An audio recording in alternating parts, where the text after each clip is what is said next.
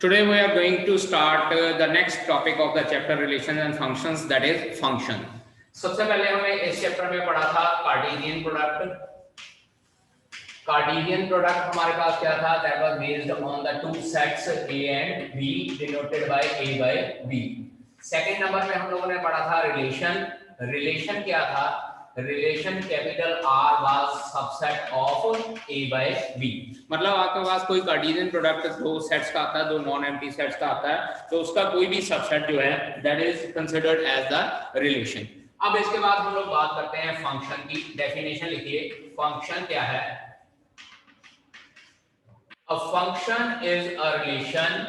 A function is a relation। बेटा जी ये word relation को अंडरलाइन कर लीजिए। फंक्शन इज अ रिलेशन, क्योंकि जो भी हमारे पास रिलेशन होगा फंक्शन उसमें से ही बनेगा। कार्टेशियन प्रोडक्ट से फंक्शन नहीं बनेगा, या सिंपल कोई एक सेट से दूसरा सेट ले ले तो फंक्शन नहीं बनेगा।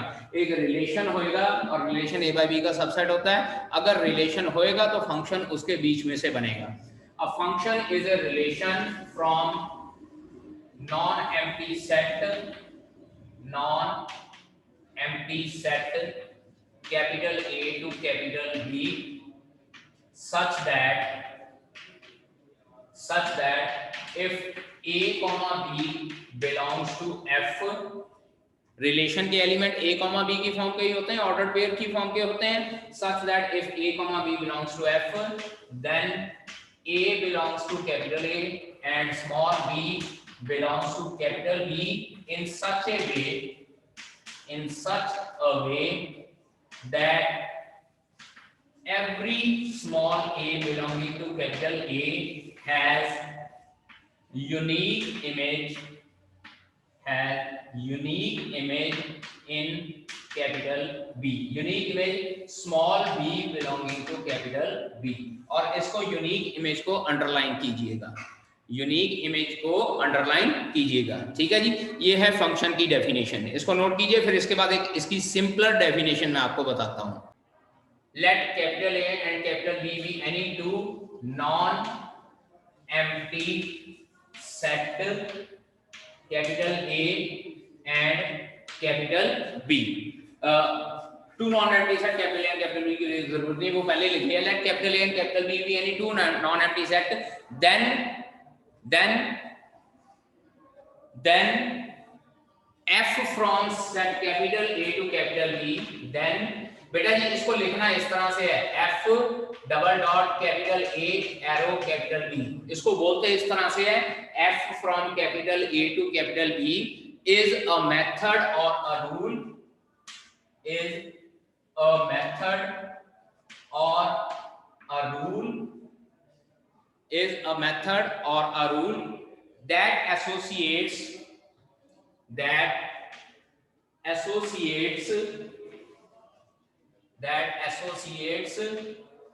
elements of set capital A with that of set B such that number one, every element of set A, every element small a belonging to set A is associated with small b belonging to capital B, associated A का हर एक element set B के हर एक element के साथ, set B के elements के साथ associate होना चाहिए। यहाँ पे मैं ये नहीं लिख रहा कि हर एक एलिमेंट के साथ, every element of set A, यहाँ पे मैं वर्ड यूज कर रहा हूँ every element of set A is associated with element of set B, and secondly element small a belonging to capital A is associated with unique element small b belonging to capital B। अब यहाँ पे ये दोनों points में difference देखिए। पहले point में मैंने लिखा है कि सेट A का हर एक एलिमेंट सेट B के एलिमेंट के साथ एसोसिएट होना चाहिए। मैं यहाँ पे वर्ड हर एक एलिमेंट नहीं यूज कर रहा हूँ, A का हर एक एलिमेंट सेट B के साथ एसोसिएट होना चाहिए। और जो ए के एलिमेंट हैं उनकी यूनिक एलिमेंट बी में होना चाहिए, उनकी यूनिक इमेज सेट बी में होनी चाहिए। ठीक है जी, डायग्रामेटिकली मैं आप लोगों को शो कर देता हूं कि हम लोग फंक्शन को किस तरह से डिफाइन करते हैं। नाउ यहाँ पे हमारे पास तीन फिगर हैं जिसमें सेट ए के एलिमेंट 1 2 3 हैं, सेट बी के एलिमेंट ए बी सी हैं। सिमिलरली सेट ए इधर भी यहाँ पे सेम वही सेट ए और बी है, similarly in the third figure. अब यहाँ पे देखिए मैं 1 को ए के साथ एसोसिएट कर रहा हूँ, 2 को बी के साथ और 3 को सी के साथ एसोसिएट कर रहा हूँ। अब यहाँ पे 1 is associated with A, 2 is associated with B and 3 is also associated with B. अब बात कर रहे हैं 1 is associated with A, 2 is associated with B, 2 is associated with C and 3 is also associated with C। अब यहाँ पे देखिए इसमें मेरे पास जो ऑर्डर्ड पेयर बन रहा है 1, A, 2, B, 3, C।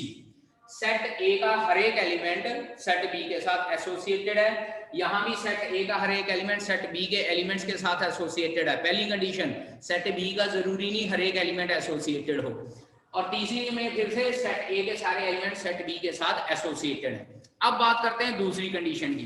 पहली कंडीशन सेटिस्फाई हो गई कि हमारा सेट ए का हर एक एलिमेंट सेट बी के एलिमेंट्स के साथ एसोसिएटेड है। दूसरी कंडीशन है कि सेट ए के हर एक एलिमेंट का यूनिक आंसर होना चाहिए, मतलब सिंगल आंसर होना चाहिए। यहाँ देखिए 1 का सिंगल आंसर है, 2 का सिंगल आंसर है, 3 का सिंगल आंसर है। इसी तरह से अगर यहाँ बात करते हैं 1 का सिंगल आंसर है, 2 का सिंगल आंसर है और इसी तरह से 3 का भी सिंगल आंसर है। ठीक है, यहाँ पे ये दो एलिमेंट एक एलिमेंट के साथ एसोसिएटेड है। लेफ्ट हैंड साइड हमारी कोई प्रॉब्लम नहीं, हमारी प्रॉब्लम होती है राइट हैंड साइड पे सिंगल एलिमेंट होना चाहिए लेफ्ट हैंड साइड के एलिमेंट का।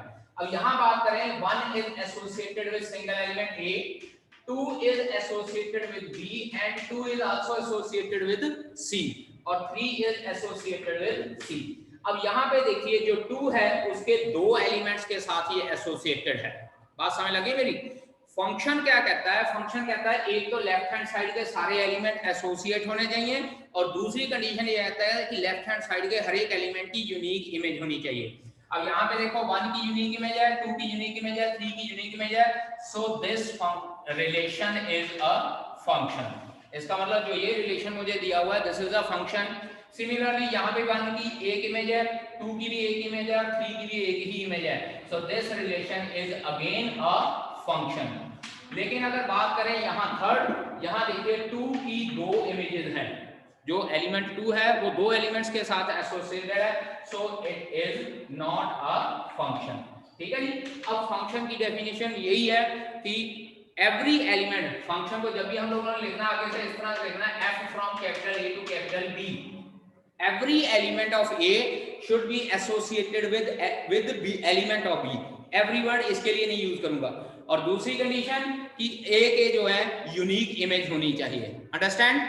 नेक्स्ट है हमारे पास domain comma range and codomain of a function. Domain, range and codomain of a function. ये भी सेम वही चीज होती है रिलेशन के जैसे ही, सेम चीज रिलेशन के जैसी होती है। अगर हमारे पास function f from capital A to capital B है, then this first set is known as domain of the function, second set is known as codomain of the function, और in some cases it is known as the range of the function. और condition मैंने पिछले lecture में आपको बता दी थी कि codomain और रेंज जब इक्वल होते हैं then we can say that codomain is equals to the range of the function.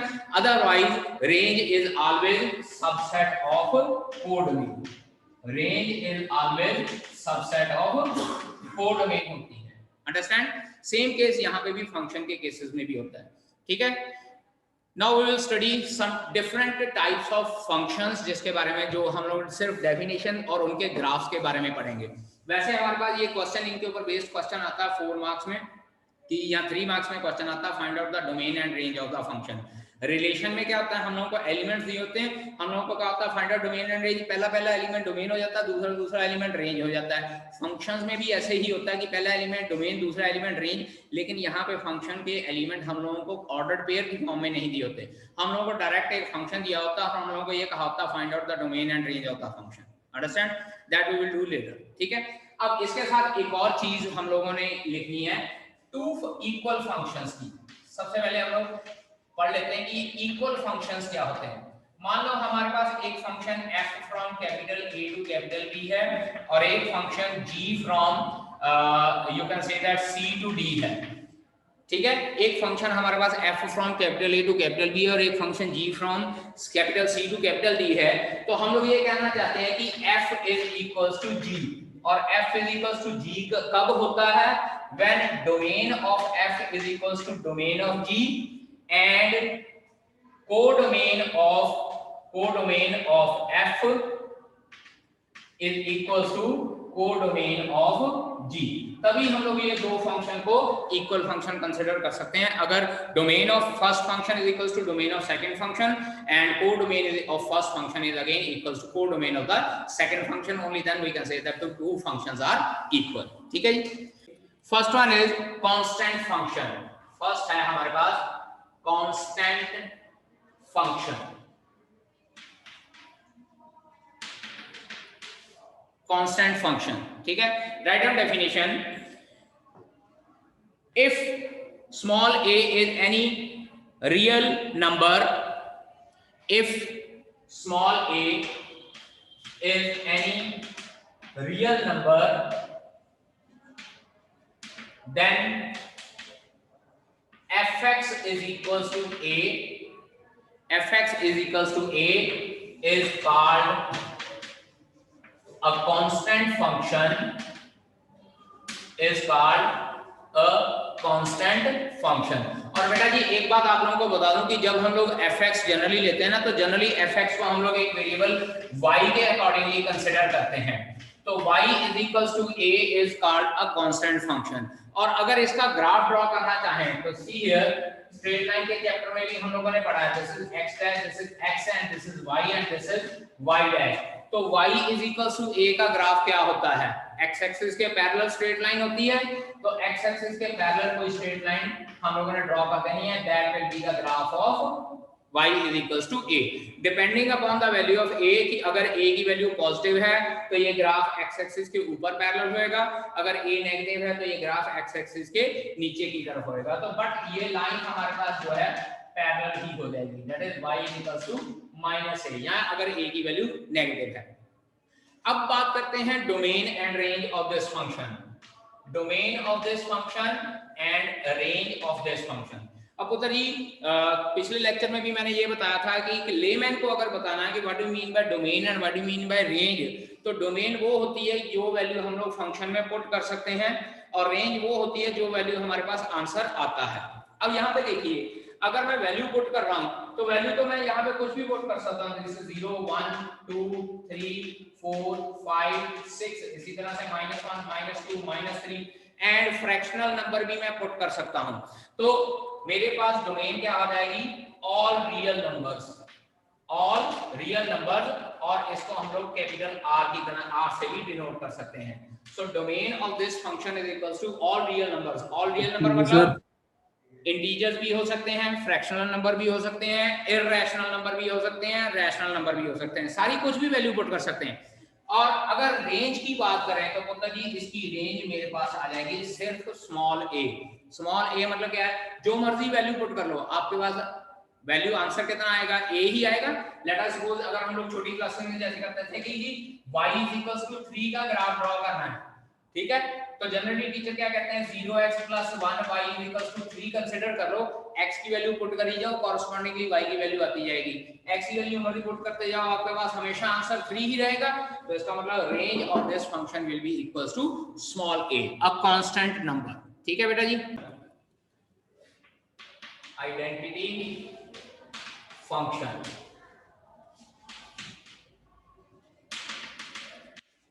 Identity function क्या होता है, write down definition, the function that associate, the function that associates every real number with itself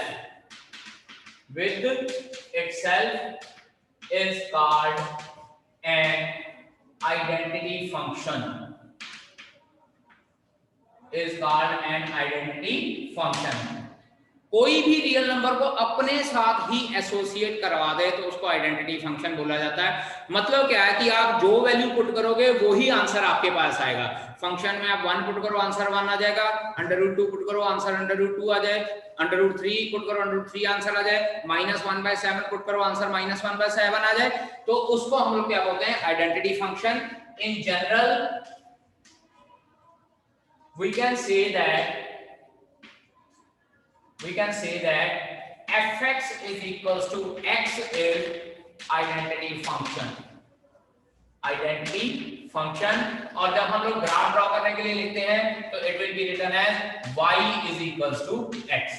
आपको कहा जाता है कि y is equals to x का graph draw कीजिए, x की जो मर्जी वैल्यू पुट कर लो, कॉरस्पॉन्डिंग वैल्यू आ जाएगी y की, तो इसका मतलब क्या हो जाएगा? This will be an identity function. और अगर इसका हम लोग ग्राफ ड्रॉ करना चाहते हैं तो बेटा जी एक बात याद रखिएगा, जो आइडेंटिटी फंक्शन होता है उसका ग्राफ हमेशा और हमेशा फर्स्ट और थर्ड क्वाड्रेंट में लाई करता है। Why it lies in the first and third quadrant and is also symmetrical about both the axes? Because अगर आप x की वैल्यू पॉजिटिव पुट करोगे तो y की वैल्यू भी पॉजिटिव आएगी, x की वैल्यू नेगेटिव पुट करोगे तो y की वैल्यू भी नेगेटिव आएगी, और पॉजिटिव और नेगेटिव फर्स्ट और थर्ड क्वाड्रेंट में लाई करते हैं। ठीक है जी। और मैंने कहा कि symmetrical about both axis, total angle ये 90 डिग्री का होता है। This line will make angle of 45 degree with both the axis. So this is the identity function y equals to x। और अगर इसकी डोमेन की बात की जाए, all real number capital R, real number ऐसे लिख सकते हैं, यहाँ आप लोग कैपिटल R फाइंड आउट कर लिख लीजिए। और उसके बाद अगर रेंज की बात की जाए तो बेटा जी इसकी रेंज भी हमारे पास कैपिटल R ही आती है, क्योंकि यहाँ भी एक आ गया, जो वैल्यू पुट करोगे वही आंसर आएगा। रियल नंबर पुट करोगे तो आपके पास आंसर भी रियल नंबर की फॉर्म में ही आएगा। ओके स्टूडेंट्स, नेक्स्ट टॉपिक जो है that is modulus function. Right and definition, the function fx defined by the function fx defined by fx is equals to modulus x. fx is equals to modulus x, and this is given by plus x if x is greater than equals to 0 and minus x if x is less than 0 is called a modulus function। is called a modulus function। अभी तक हम लोग question करते हैं कि जी जब modulus लेना तो हमारे पास आंसर हमेशा पॉजिटिव आना चाहिए। मॉडुलस फंक्शन का आंसर हमेशा पॉजिटिव आता है। वो इसी वजह से पॉजिटिव आता है कि जब हम लोग x की वैल्यू पॉजिटिव लेते हैं तो हम लोग इसमें पुट करते हैं, और जब x की वैल्यू नेगेटिव आती है तो हम लोग नीचे वाले में पुट करते हैं। लेट अस कंसीडर यहाँ पे y equals to mod x है, मैं कहता हूं कि x की वैल्यू 7 पुट करनी है तो मैं इस फंक्शन में पुट करूंगा तो y की वैल्यू 7 आ जाएगी। लेकिन अगर मैं -7 पुट करूंगा तब वैल्यू किस में पुट करनी है? नीचे वाले फंक्शन में। Minus of -7 again becomes +7, that is why जो modulus function y equals to x modulus है, इसका आंसर हमारे पास पॉजिटिव आता है। ठीक है जी। तो अब मॉडुलस फंक्शन का आंसर हमेशा हमारे पास पॉजिटिव आता है। और अगर इसका आप लोग ग्राफ ड्रॉ करना चाहें तो चेक कीजिए, this is x axis and this is y axis. ठीक है जी। और जब ग्राफ ड्रॉ किया जाता है, अब जरा ध्यान दो बेटा जी, ये एक तरह से मेरे पास y इक्वल्स टू x और y इक्वल्स टू -x का ग्राफ बना है। और जब y इक्वल्स टू x का ग्राफ है तो मैंने पिछला फंक्शन जो बताया है इस तरह से सिमेट्रिकल लाइन बनेगी।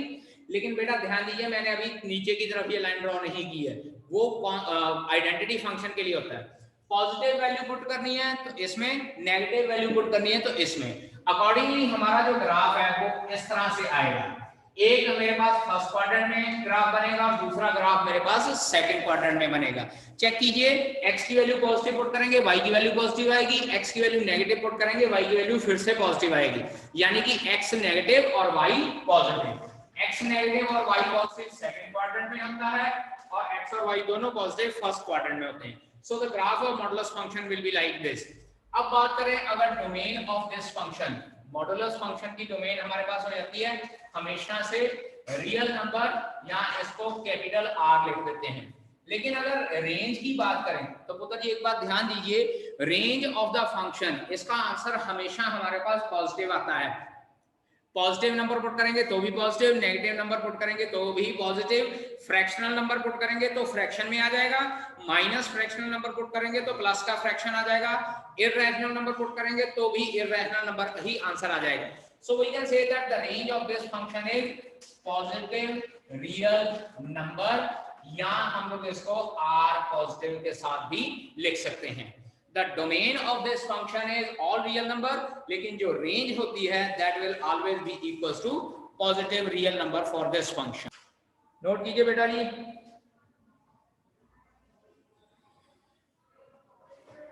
बच्चों की अपनी वीडियो उड़ जाती है। नेक्स्ट टाइप जो हमारे पास है that is greatest integer function. इसको हम लोग इस तरह से भी लिख सकते हैं, greatest integer function of x, ठीक है जी। और शॉर्ट फॉर्म में इसको लिखते हैं जिंटेक्स, GINT, या इस तरह से कैपिटल एक्स लिख सकते हैं या TEX भी लिख सकते हैं। इसको जिंटेक्स भी बोला जाता है या greatest integer function of x कहते हैं। Write and definition, let fx be a real number, let fx be a function defined by fx is equals to, बेटा जी इसको इस तरह से क्लोज्ड ब्रैकेट में लिखना है, fx is equals to x, और इसको इस तरह से क्लोज्ड ब्रैकेट में रखना है for all small x belonging to capital R, for all small x belonging to capital R is called greatest integer function of x, greatest integer function of x। अब पुत्र जी इसका मतलब समझ लीजिए कि greatest integer function of x का meaning क्या है। अब ध्यान दीजिए, अगर इस तरह से लिखा है 1, इसका आंसर आ जाएगा 1, इस तरह से आंसर लिखा है 2 तो इसका आंसर आ जाएगा 2, -1 लिखा है इट्स आंसर विल बी -1, -2 लिखा है its answer will be -2। But अगर यहां पे मुझे लिखा 1.5 then its answer will be 1, अगर आंसर इस तरह से 0.9 लिखा है then its answer will be 0। मतलब क्या है कि इस तरह से लेट अस सपोज हम लोग एक नंबर लाइन ड्रॉ करते हैं और नंबर लाइन के ऊपर दिस इज 0 1 2 3, दिस इज -1 -2। आपने क्या करना है, अगर आप इंटीजर वैल्यू पुट करते हो तो आपके पास इंटीजर ही आंसर आएगा, मतलब 1 पुट कर लीजिए 1 आंसर, -1 पुट कर लीजिए माइनस आंसर, -2 पुट कर लीजिए -2 आंसर। लेकिन इंटीजर्स के अलावा आप फ्रैक्शनल नंबर या इररेशनल नंबर पुट करते हो जिनका आंसर डेसिमल्स में आता है, तो उसका आंसर हमेशा हमारे पास जो नंबर आपने पुट किया नंबर लाइन के अकॉर्डिंगली उसके लेफ्ट हैंड साइड पे जो ग्रेटेस्ट इंटीजर होगा वो आंसर आएगा। अब लेट अस सपोज मैं कहता हूं कि -1.1 है, -1.1, तो what will be it's answer. अब यहां पे देखिए नंबर लाइन के अकॉर्डिंगली -1.1 कहीं यहां पे लाई करेगा, तो इसके लेफ्ट हैंड साइड पे सबसे बड़ा इंटीजर कौन सा है, दैट इज -2, तो इसका आंसर हमारे पास क्या आ जाएगा -2। It means greatest integer function of x कहता है कि अगर इंटीजर आंसर है, क्वेश्चन आपने इंटीजर में वैल्यू पुट की है तो इंटीजर ही आएगा, लेकिन इंटीजर्स के अलावा अगर आप डेसिमल्स में जो भी वैल्यू पुट करते हो तो उसके नंबर लाइन के ऊपर अपने आप को एजम्पशन करनी है कि वो नंबर कहां पे होगा, उसके लेफ्ट हैंड साइड पे जो सबसे ग्रेटेस्ट नंबर होगा that will be the answer for this function. ठीक है जी। तो अब इसके accordingly if we want to say that कि what will be its domain, तो इसकी डोमेन क्या हो जाएगी बेटा जी, डोमेन हो जाएगी ऑल रियल नंबर, सारे रियल नंबर इसकी डोमेन होंगे। लेकिन अगर रेंज की बात की जाए तो पुत्र जी इसकी रेंज होगी z, that is integers. Check कीजिए, मैं पॉइंट्स में भी पुट कर रहा हूं तो भी मेरे पास इंटीजर में आंसर आ रहा है, प्लस वैल्यू पुट की प्लस आ गया, माइनस वैल्यू पुट की माइनस आ गया, मतलब लेकिन डेसिमल वालों की आंसर डेसिमल नहीं, उसका आंसर भी मेरे पास इंटीजर की फॉर्म में ही आ रहा है। So its domain is all real number and range कितनी हो जाएगी, इंटीजर्स। अब इसका ग्राफ ध्यान से देखिए किस तरह से ड्रॉ होता है, चेक कीजिए, this is x dash x, this is y and y dash, ये हमारे पास हो जाएगा 0 1 2 3, -1, -2, -3, again 1, 2, 3, -1, -2 एंड -3। ठीक है जी, तो इसका ग्राफ हो जाएगा इस तरह से, ये यहाँ पे डार्क लाइन सर्कल, उसके बाद यहाँ से डार्क लाइन सर्कल, यहाँ से डार्क लाइन सर्कल, यहाँ से डार्क लाइन सर्कल, इस तरह से। इसी तरह से अब अगर इधर हम लोगों ने बात करनी है, ठीक है जी, तो मेरे पास आंसर क्या हो जाएगा, ये इस तरह से हो जाएगा, डार्क लाइन और सर्कल इस साइड पे, सर्कल इस साइड, एंड देन इसी तरह से नीचे की तरफ अगर आप लोगों ने ड्रॉ करना है इस तरह से। चेक कीजिए यहां पे मैं सर्कल क्यों लिख रहा हूं, वो देखिए ध्यान से। 0.1 पुट की आंसर 0, 0.2 पुट किया आंसर 0, 0.3 पुट किया आंसर 0, लेकिन अगर 1 पुट किया, 1 का आंसर क्या आ रहा है 1, तो वो नंबर ऊपर चला जाएगा, यानी कि 1 इंक्लूडेड नहीं है। 1.1 का आंसर 1, 1.2 का आंसर 1, 1.3 का आंसर 1, लेकिन जैसे ही हम लोगों ने 2 पुट किया तो हमारे पास आंसर क्या आ जाएगा, ऊपर चला जाएगा, 2 चला जाएगा। ठीक है जी, in other word we can say that कि जिंटेक्स is also known as step function. क्या बोलते हैं इसको, जिंटेक्स को स्टेप फंक्शन भी बोलते हैं। ठीक है जी, नोट डाउन कीजिए बेटा इसको।